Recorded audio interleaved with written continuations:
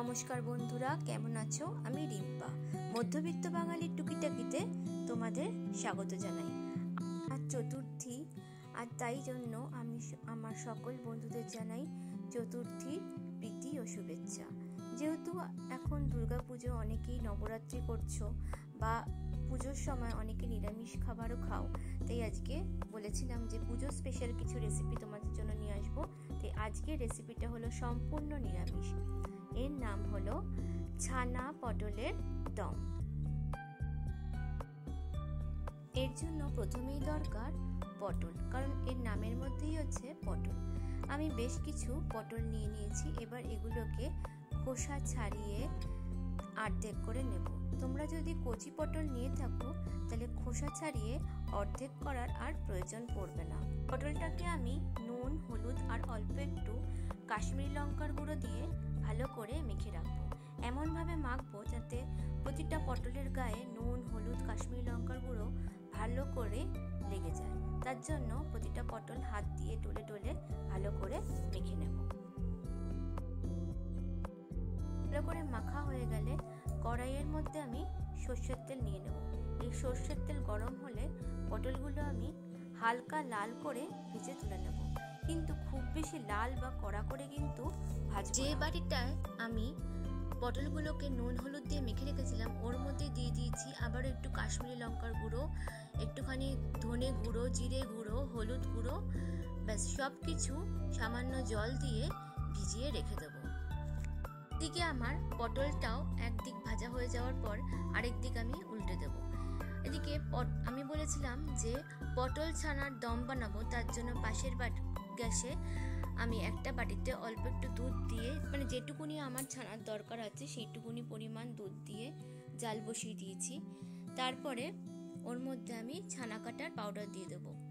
তোমরা চাইলে অল্প একটু ভিনিগার, তার মধ্যে সামান্য একটু জল দিয়ে যখন দুধটা পুরোপুরি ফুটে উঠবে তারপরে গ্যাসের নবটা একদম বন্ধ করে আস্তে আস্তে ভিনিগার মেশানো জলটা ঢেলে দিলে খুব সুন্দর ছানা কেটে যায়। আবার লেবু দিয়েও তোমরা ছানা কাটতে পারো, তবে আমি এখানে ছানা কাটার পাউডার দিয়ে ছানা কেটে নিয়েছি। নাও আমার তৈরি হয়ে গেছে আর পটলটাও ভেজে তুলে নিয়েছি। এবার ওই তেলের মধ্যেই আমি গোটা গরম মশলা দিয়ে দেবো। গোটা গরম মশলার মধ্যে রয়েছে দারচিনি আর এলাচ, আর তারপরে যে মশলাটা আমি বানিয়ে রেখেছিলাম সেই মশলাটাও আমি এর মধ্যে দিয়ে দেবো।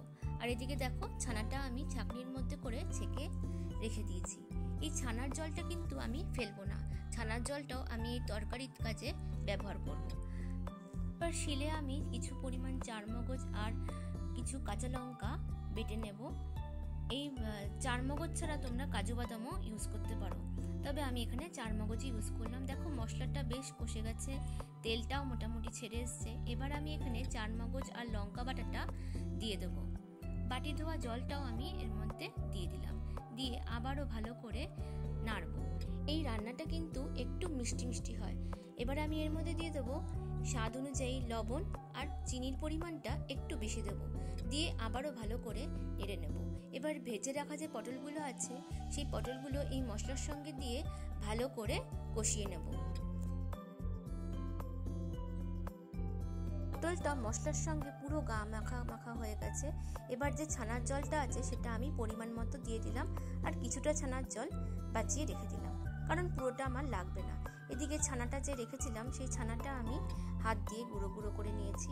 যখন মশলাটা মানে ঝোলটা, পটলের সঙ্গে ঝোলটা অনেকটা শুকিয়ে যাবে তখন আমি ওপর থেকে ছানাটা ছড়িয়ে দেব, দিয়ে ভালো করে ফুটিয়ে নামিয়ে নেব। এর ওপর থেকে কিন্তু গরম মশলার দেওয়ার কোনো প্রয়োজন নেই, এমনিই খেতে ভীষণ সুন্দর হবে। অষ্টমীর দিনে অনেকে লুচি বা পরোটা খেয়ে থাকো, তখন কিন্তু লুচি পরোটার সঙ্গে এই ছানা পটলের দম খেতে খুব ভালো লাগবে।